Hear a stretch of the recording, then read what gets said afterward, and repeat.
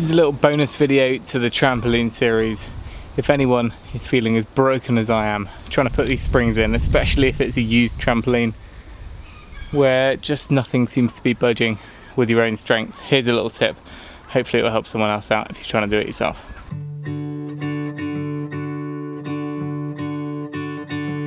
Of course, if there's more than one of you, then you've got a bit more chance of getting it done by hand, but this way seems to be working if you're working solo.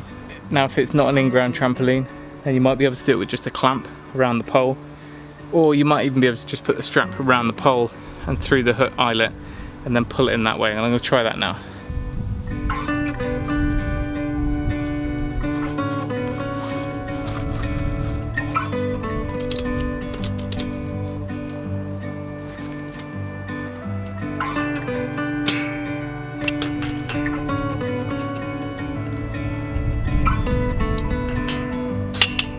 So with every ratchet position you can get like 3 or 4 of the adjacent springs in, and of course you want to be working on opposites each time rather than just doing one side, otherwise it's near on impossible to get there.